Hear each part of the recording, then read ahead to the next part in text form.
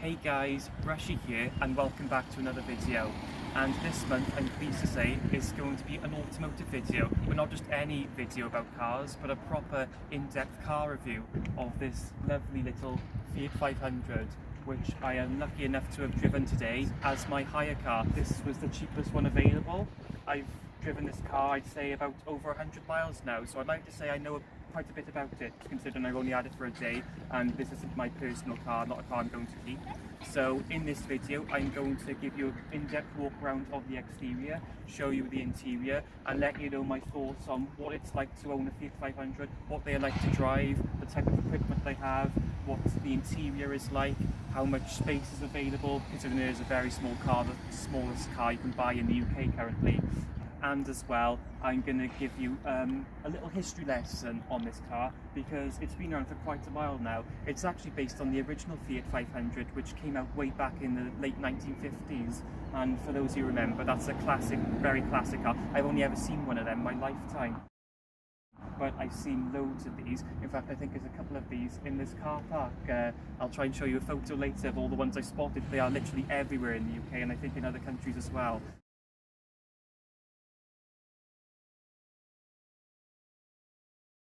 The original one I think was around for 18 years in production from the 1950s to the 1970s. Funny enough, the modern version, this second generation version, has been around for I think the same amount of time, from the late 2000s to present day.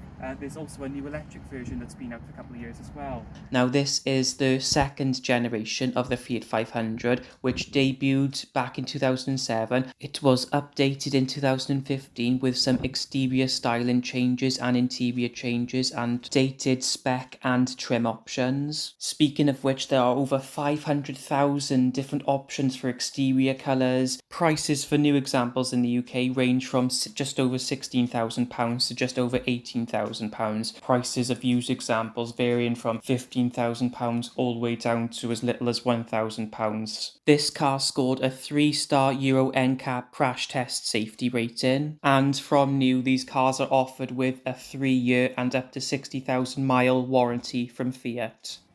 So stepping inside to the interior of this little Fiat, and first thing you can tell and you can notice straight away is how small it is. It is a very small and compact car. It is only a 4-seater. However, that being said, you can fit 4 adults in here just about. And I know because I've taken 4 adults today as part of the photo shoot. We had quite a bit of luggage as well, as you can expect, you know, camera equipment and so forth. We put in the boot, and it is quite a small boot. I'll show you just how small later. The boot capacity is 185 litres with the seats up and increases to 474 litres with one seat folded down and 550 litres with both seats folded down. But we did manage to fit in all our luggage and we weren't overcrowded. All 4 of us fit. There wasn't any extra room to spare.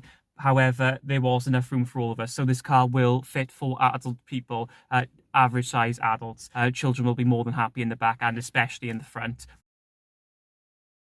The interior, although retro themed and small, it does feel quite classy and quite, you know, expensive in a way. This car has, surprisingly, quite a lot of technology for a retro themed city car. Now, this particular example is quite modern because the Fiat 500, the modern one, was made from 2007 till present, and this is a 2022 example, so it is fairly recent. And compared to the original modern models, this car comes with quite a lot of equipment. For example, automatic headlights, automatic windscreen wipers, a lot of safety technology as well.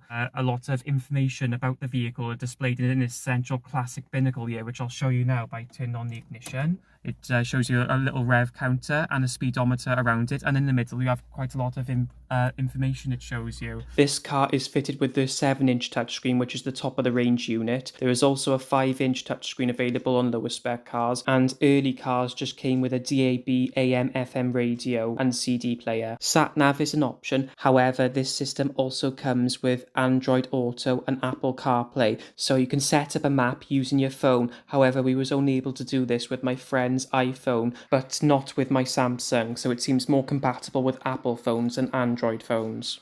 And in the central part is very retro themed, and this main part here is the colour of the outside, the body coloured panel. It isn't metal, but it is the same colour as the outside, and a nice little Fiat 500 badge as well. Nice retro themed switches by here. You have your hazard warning lights, your front and rear fog lights, and a city mode driving button, which is an exclusive feature for Fiat cars, which makes the steering really light, which I really like.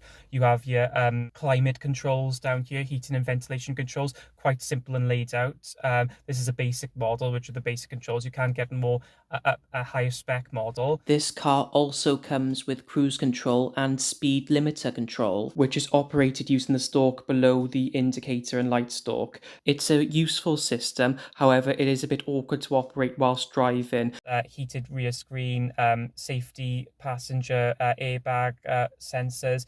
There is that feature there is very handy, very useful. It's a stop-start feature, and this car comes with electric windows. I think all Fiat 500s come with electric windows, and a nice little gear selector there. And this car, surprisingly for such a small car, has a 6-speed gearbox. It is quite easy and simple to use. Perhaps not the most engaging and pleasant gear change, but in order to engage reverse, you have to lift the gear lever there and then engage, which took me a while to get used to, and I didn't know at first because not all cars come with that.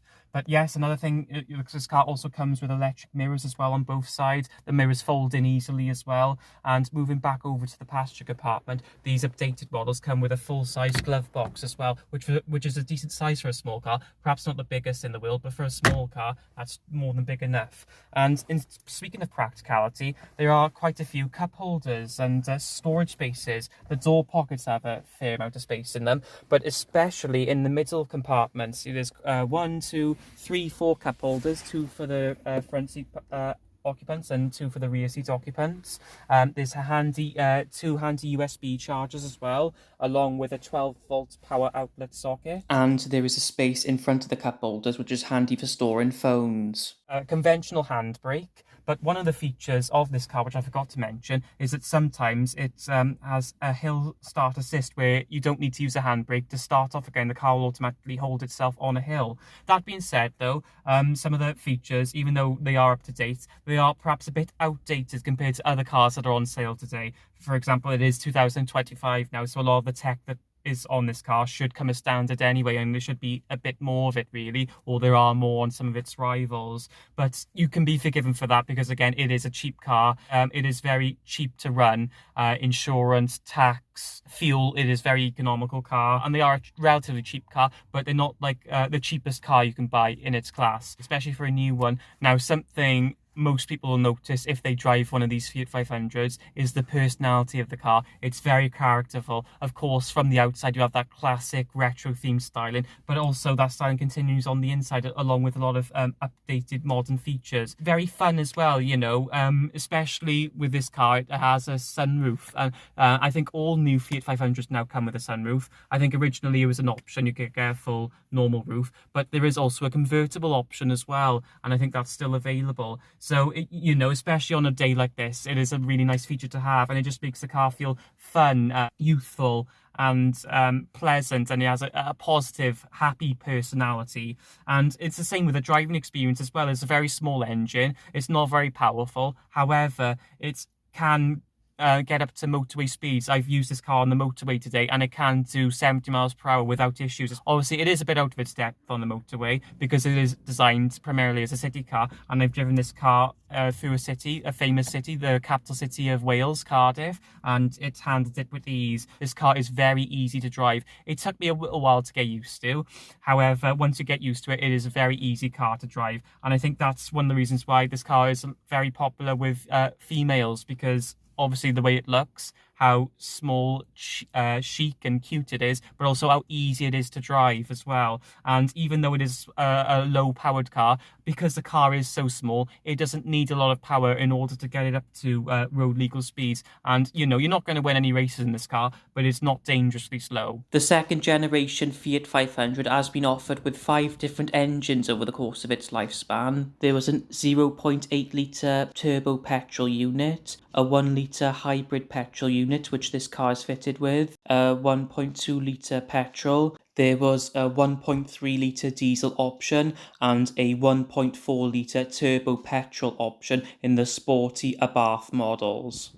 So, to summarise this review, what are the things I like most about the Fiat 500? I love how easy they are to manoeuvre and park. I like the low running costs. I like the high driving position. I'm impressed with how comfortable and refined it is for a city car. I'm also impressed with how much technology is offered on these later models. And finally, I love the amount of character and personality these cars have. And now moving on to the things I dislike about the little Fiat. Firstly, although it's an easy car to drive, I find the pedal controls a bit jerky, the gear change is a bit notchy, and I'm not a fan of the process needed in order to engage reverse. Secondly, although these later models come with a lot of technology including a touchscreen, I find the touchscreen a bit outdated and awkward to use compared to its rivals, and the early low-spec cars are very basic. Also, I don't think they are very practical even by city car standards. I wish there was a little bit more interior space, a little bit more boot space, and a few more useful storage areas. Furthermore, I think the retail price on these is a little expensive for an A-segment car. And finally, although the styling of these cars is very retro and characterful, they look a bit too feminine for my taste. Well, that concludes my review of this lovely little Fiat 500, guys. I must say it has been an absolute pleasure to rent this car for 2 days, and if I ever need to rent a car again, I will definitely choose one of these, because ideally these days, if you want to rent a car in the UK, the cheapest car you can rent is a small car, and the most small cars that are offered are Fiat 500, so I definitely recommend one of these as a rental car if you don't need too much space. You know, if you need to take 4 people and some luggage, anything more than that it wouldn't be able to handle, but anything less than that it could handle with ease. I'm not sure if I'd ever buy one of these cars, just because of the styling. I think it is a bit too feminine for my taste, and because of the size as well. It might be just about big enough, but it's the price that's the main issue. They are very cheap to run, the running costs are brilliant, what I'm looking for, but the price to buy is a little bit on the pricey side, for my opinion, and I think there are cars out there in its class that are cheaper to buy, that will do the job just as well.